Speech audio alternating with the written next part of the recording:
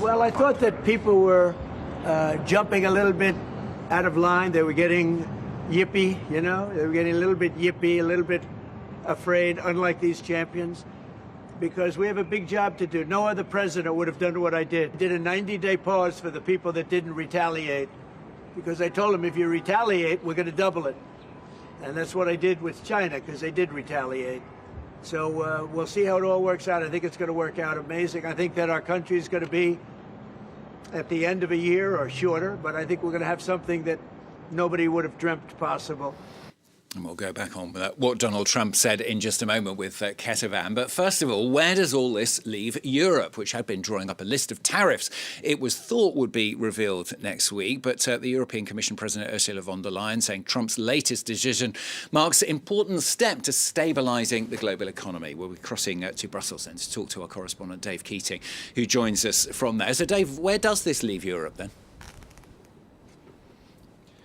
This is a very awkward situation for the European Union because, as we just heard in that clip, President Trump said the reason he was pausing the extra tariffs, the tariffs beyond 10% for all of the 60 naughty countries except China, was because no one retaliated except China. The problem is the EU did retaliate. Just yesterday, national governments took a vote approving retaliatory tariffs against 20 billion euros worth of U.S. imports, and those are supposed to take effect on Tuesday.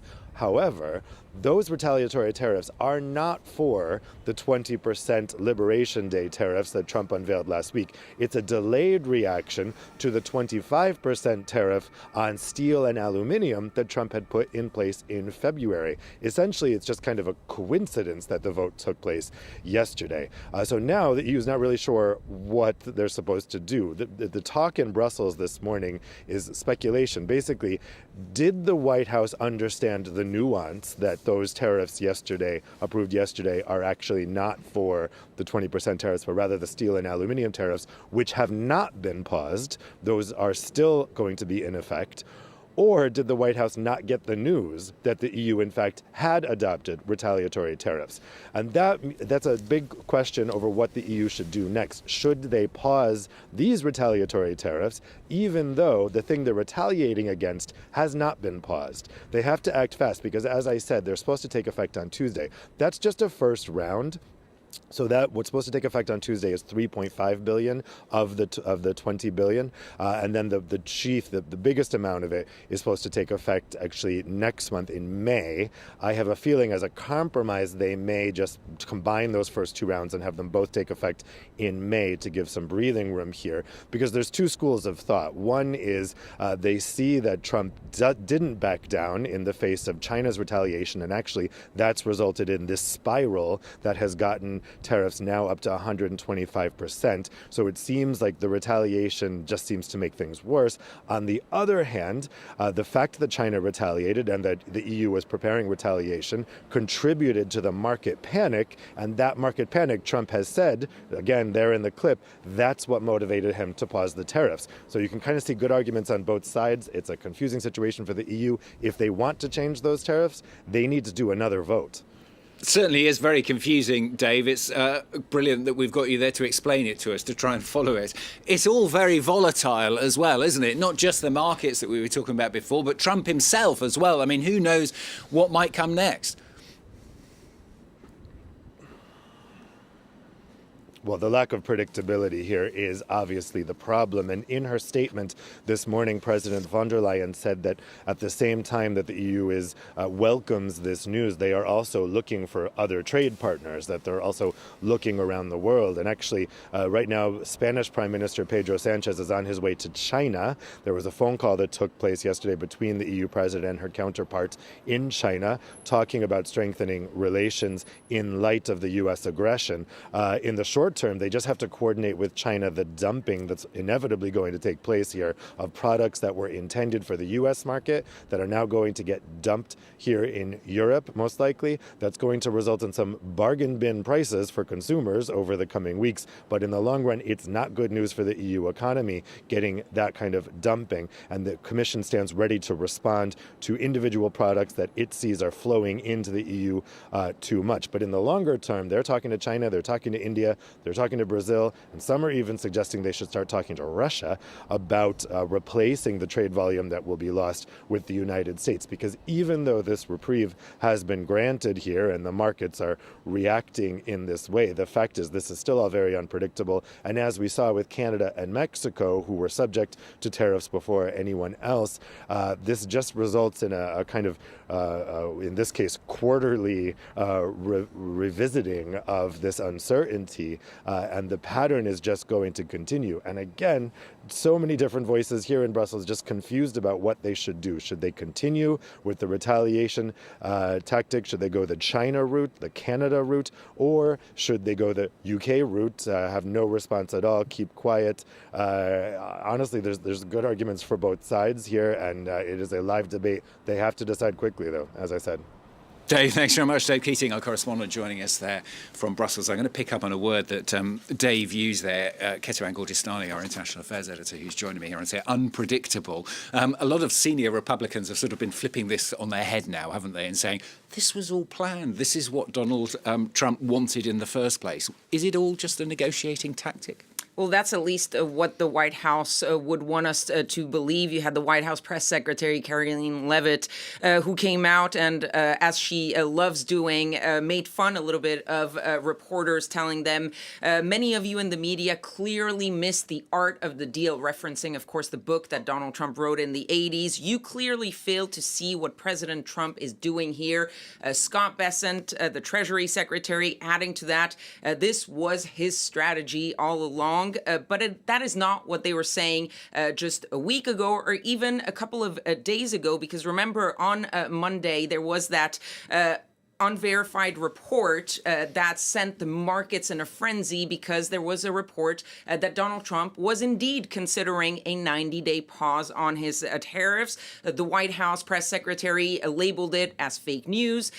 Trump himself said, no, we're not looking at that, meaning the pause. And that was basically what we saw for the past couple of weeks, a sort of back and forth between hinting that this might be a negotiating tactic, but also saying that this was a long-term policy, because that's how they sold it to the American people, the sort of short-term pain for long-term gain. That was exactly it. The tariffs, they're going to bring in a lot of revenue for the U.S. government, meaning that Donald Trump will be able to do his tax cuts.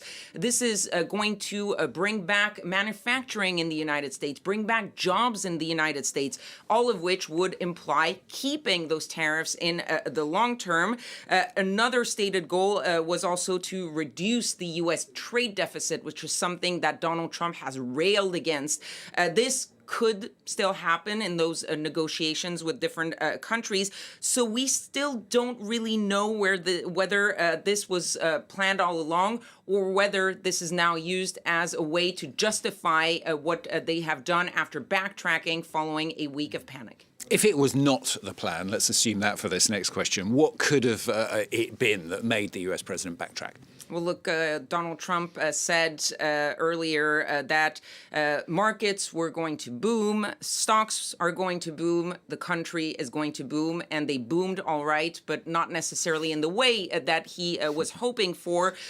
Trillions of dollars erased in the markets, and Trump himself was watching those stocks, the bonds, all of that, saying, as we heard in that soundbite that you played, people were getting yippy, people were getting jittery.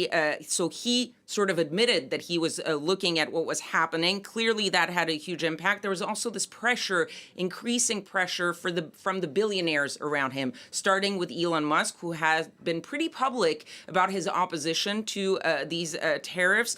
Also, personalities, investors like Bill Ackman, who warned about an economic nuclear winter if that policy stayed in place, and also very conservative media personalities that have been big supporters of Donald Trump, who were increasingly criticizing the moves and warning about not only the impact on the U.S. economy, but downstream, the impact politically for Donald Trump and for the Republicans, because the fear of rising prices and the fact that you could see that people were not necessarily on board with this idea of sweeping tariffs, including Republicans who started speaking out against Donald Trump, which is rare enough in the second term to be noted. All of this combined with the fact that dozens of countries very publicly stated that they wanted to negotiate with the United States sort of gave him an opportunity to get out of a self-made problem by saying that he was striking a deal. And that is really something of a strategy that we've seen for Donald Trump, not just on economics, but in geopolitics, which is you create the problem, then you strike a deal and you say, I am the deal maker. A couple of weeks have been exhausting for us trying to follow all of this and digest it all. Are we in for a calmer time? What's next? Well, it's not all over just yet because there is that 125% tariff on imported goods from China. That is a huge deal because the U.S. imports $440 billion worth of goods from China. They're going to be hit with that 125%. You add to that the 10% blanket rate that is staying on much of the countries around the world. You have the 25%, the special rate for Canada and Mexico that are the two largest trading partners of the United States. And finally, the 25% on all foreign cars, steel and aluminum that Dave was referring to. So all of that is still going to be in place. So the fears of raising prices, those are still going to be there because this can have enough of an impact without adding the reciprocal tariffs.